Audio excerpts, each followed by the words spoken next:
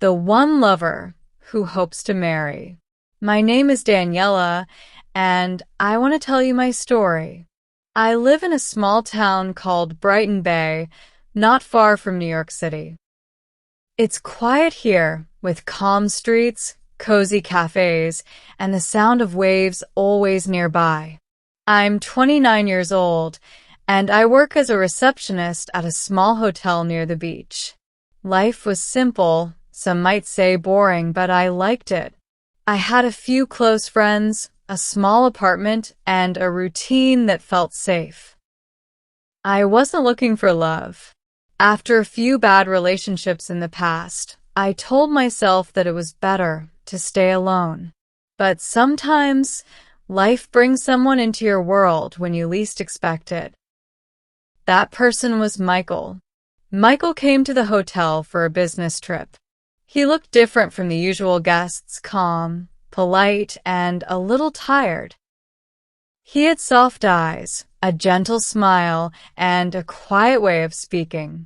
When he asked for a room, I helped him check in, and he thanked me in a way that felt personal. I noticed the way he looked at me, not in a bad way, just kind. I smiled back, without even meaning to. The next morning, he came down to the lobby and asked for directions around town.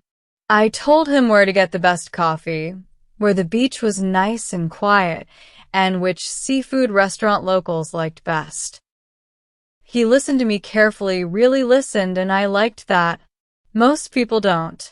After that, we started talking more. He stayed for 2 weeks. Every evening when his work was done, he would come to the lobby, and we would chat. Some days we walked along the beach. Other times we sat on a bench near the lighthouse. We talked about life, books, music, dreams. He told me about the stress of his job in the city. I told him about my quiet life here. I felt comfortable with him.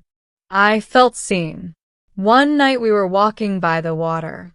The stars were out and the breeze was soft. He turned to me and said, "Being with you feels like peace." Those words stayed in my heart. I think I started falling for him that night. When his 2 weeks were over, he left Brighton Bay, but we kept in touch. Every day, he sent me messages. Every night we talked on the phone. We laughed.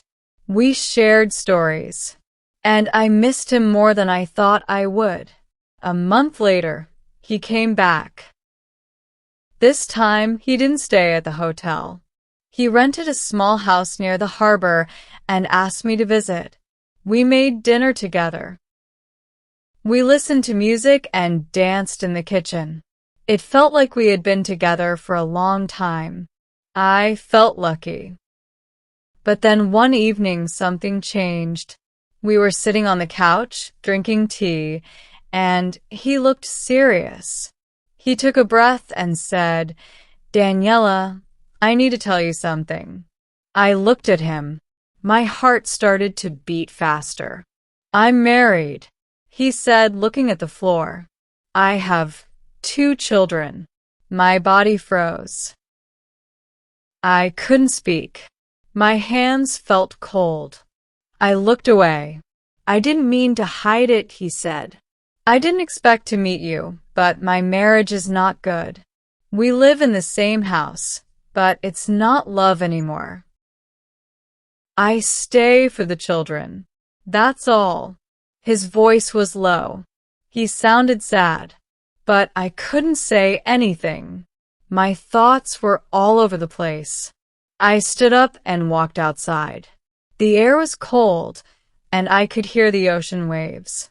I felt like crying. He followed me out. "I understand if you don't want to see me again," he said. I nodded and walked home. That night, I couldn't sleep. My head was full of questions. Why didn't he tell me before? Why did this happen to me? But I also remembered the way he looked at me, the way he spoke, the way he made me feel safe. I was confused. I wanted to be angry, but I missed him. The next day, he sent me a message. I'm sorry, it said. But I miss you. I didn't reply. For days, I felt lost. I couldn't focus at work. I kept checking my phone. My heart and my mind were fighting. I told myself to forget him, but I couldn't. A week later, I saw him again.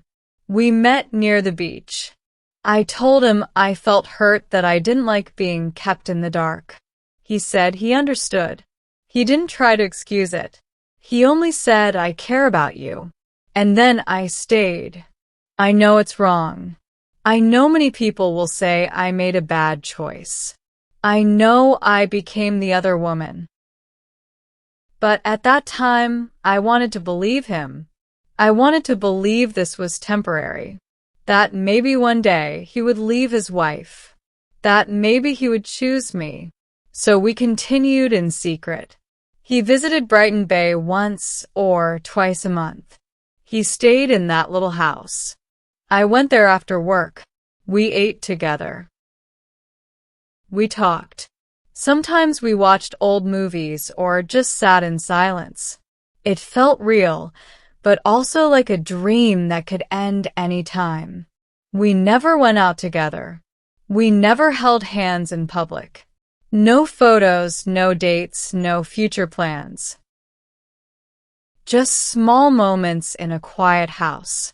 But in those moments, he made me feel special. He listened to me. He remembered the little things I said. He helped me cook, made me laugh, brought me books I mentioned once. He made me feel loved. Still, deep inside, I knew the truth. I was not his first choice. I was not part of his real life. I was something on the side, something easy without problems. And yet I didn't leave. Why? Because I loved how he made me feel. Because I believed him. Or maybe because I was afraid to be alone. Those quiet nights with him gave me something to hold on to. Even if it hurt, it was better than nothing. But slowly, things started to change inside me. I stopped smiling the way I used to. I waited for his messages more than I should. I made my schedule around his visits. I said no to friends. I stayed home, always waiting for him to call. My world became smaller. Just him. And silence. Sometimes I stood on the beach and asked myself, is this love? Or am I just lost? And I would tell myself, wait, maybe one day things will be different. But the questions didn't stop. They grew louder. The weeks passed, and I stayed in that quiet world, waiting for Michael. I still loved him, but something inside me was changing. I started to feel tired, not just in my body, but in my heart. I was always waiting, waiting for a message, waiting for a visit, waiting for love that was only mine for a few hours at a time. Sometimes he came for a weekend. We stayed in the little house near the harbor.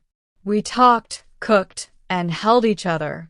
But when he left, the house felt cold and empty. I looked around and saw only my things. He never left anything behind. No clothes, no photos, no sign that he had ever been there. It was like he lived two lives. And in one of them, I didn't exist. I try to tell myself that love takes time. I believed he cared about me. Maybe he did. But he still went back to his wife, to his children, to the life where I did not belong. And I began to wonder, why do I let this happen? One night, after he left, I sat by the window and watched the rain fall. I asked myself, what am I doing with my life? I loved someone who could not give me a full heart. I was always second. I had dreams too. A home, a child, a man who would choose me every day. But instead, I had empty rooms and silent nights. I started to feel that I deserved more. But I was scared. I didn't want to lose him. I didn't want to feel lonely. Some part of me hoped he would change. That one day he would come to me and say, I left. I'm here now. Just for you. But that day never came. I spoke to my friend Nina, the only one who knew the truth. I told her how I felt. Tired. Sad. Confused. You deserve to be first, Daniela, she said. You should be with someone who's proud to love you. Someone who walks with you in the daylight, not just hides with you in the dark. Her words stayed with me. I started to notice how much I had changed. I didn't laugh like I used to. I didn't go out. I always checked my phone. I had stopped doing things I loved, reading by the sea, walking in the park, having dinner with friends.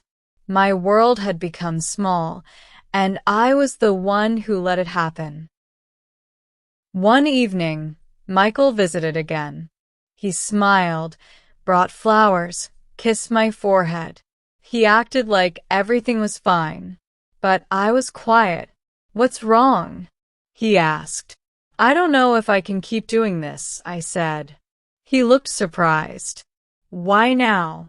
Because I feel like I'm not living my own life, I said. I'm living in your shadow. I wait for your visits, your calls, your words. But I'm always waiting. I want more. I need more. He sat down and said nothing for a while. Then he said, I love you, Daniela. You know that. Then why don't you choose me? I asked. He looked away. It's not that easy. I have children, a family. And what am I? I asked softly. Just a secret?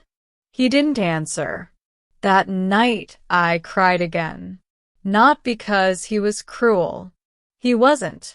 But because I finally saw the truth. He would never leave. Not for me. Not for anyone. After he left, I didn't message him. I didn't call.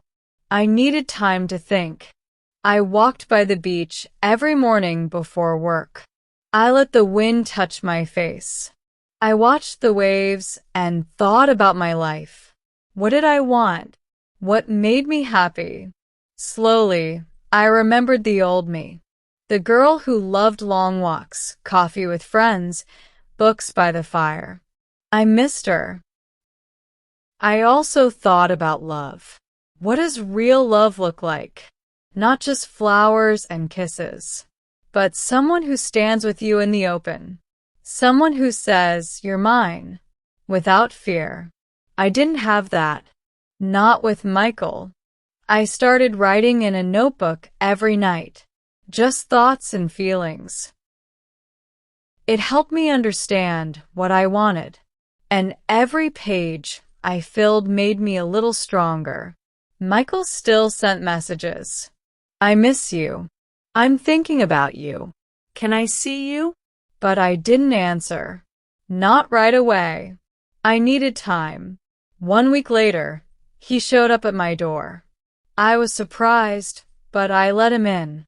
I needed to see you, he said. You've been quiet. I've been thinking, I told him. He sat down. About us? Yes, I said. About everything. We talked for a long time. I told him how I felt. About waiting. About being second. About losing myself. I can't keep doing this, I said. I love you. Maybe I always will. But I need a real life. I want to be with someone who can give me all of their heart, not just a part. He looked sad. I can't leave them, Daniela. I've tried to imagine it, but I can't do that to my children. I nodded. I understood. But I also understood something else. This was the end. I hope you find peace, I said. I hope we both do. He stood up. He hugged me. I'm sorry, he whispered. Then he left. And that was the last time I saw him. That night, I cried again. But it felt different. The pain was real, but it was also clean. Like a deep breath after holding it too long. The next morning, I walked down to the sea.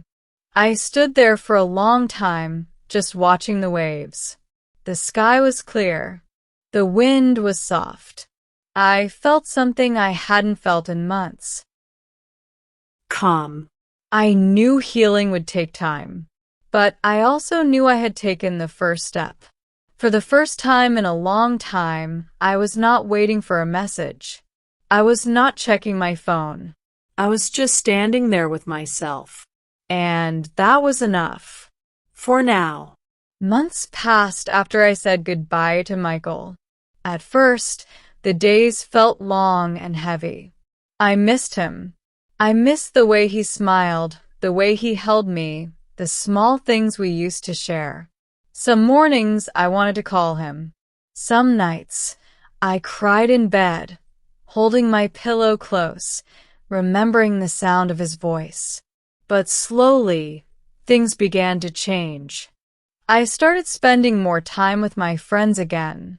Nina invited me for coffee every weekend. We talked and laughed.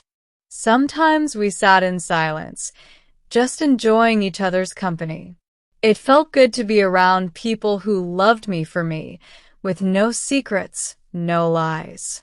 I also returned to the things I once enjoyed.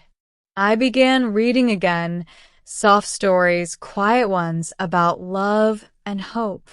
I walked on the beach every evening. I watched the sun set and listened to the sound of the waves. The sea always made me feel calm. It reminded me that life moves forward, no matter what happens. I also started working on my goals. I took a small class at the community center, something simple about writing stories. I didn't tell many people about it. I just wanted to try something for myself. Each week, I wrote a few pages about my thoughts and dreams. It felt good to write. It helped me heal. One evening after class, I was walking home when I stopped by a bookstore near the corner. I hadn't been there in a long time. Inside, I saw a man looking at travel books. He smiled when he saw me, and I smiled back. He looked familiar, but I couldn't remember where I had seen him before. He walked over and said, "Hi, you're in the writing class, right?" I nodded. "Yes, I am. I just joined last week," he said. "I'm David." We talked for a few minutes. About the class, about books, about the cold weather. It was nothing special, but something about his voice made me feel at ease. The next week, he sat near me in class. After class, we walked together to the cafe across the street. We talked about simple things. Family, work, favorite food. He was kind. He listened. And when I spoke, he looked into my eyes. I didn't feel nervous. I felt calm. We started meeting after class more often. Sometimes for coffee, sometimes just a short walk. He didn't ask me about my past. He didn't push. He was patient. One evening, we sat near the beach on a wooden bench. The sky was orange and the air was cool. I looked at him and said, "Can I tell you something?" Of course, he said. I was in a relationship before. It wasn't good. He was married. I waited for him for a long time. I loved him, but I was always second. I don't want that kind of love again. He was quiet for a moment. Then he said, "Thank you for telling me. I think you're brave. And you deserve better." That night, I went home with a warm feeling in my chest. Not because I was falling in love, but because I felt understood. Weeks turned into months. David and I spent more time together. We went for walks, watched movies, and talked about our dreams. He never rushed me. He never asked for more than I could give. I started to smile more. I laughed without pain. I felt free. One day, I looked in the mirror and saw something I hadn't seen in a long time. Myself. Not the sad girl who waited for messages. Not the woman who cried alone at night. But Daniela, strong, gentle, and alive. David became a part of my life slowly, like the sun rising after a long night. He didn't try to fix me. He just stood beside me. And in his quiet way, he showed me what real love can look like. One evening, we were sitting in the park watching children play. "Do you ever want a family?" I asked. "Yes," he said. "One day, with the right person." I smiled.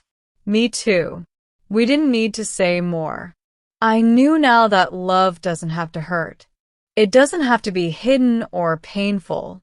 Love should feel safe. It should feel like coming home. Looking back, I don't regret my past. It taught me important lessons. I learned that love without respect is not enough. That waiting for someone who cannot choose you will only bring pain. That no one else can give you peace. You have to find it inside yourself. And now I have peace. I have hope. I have love. Not from someone who hides me, but from someone who walks beside me. If someone asked me today, was it worth it? I would say yes. Because through all the sadness, I found myself. And in finding myself, I opened the door to a new kind of love. A better one. One I truly deserve.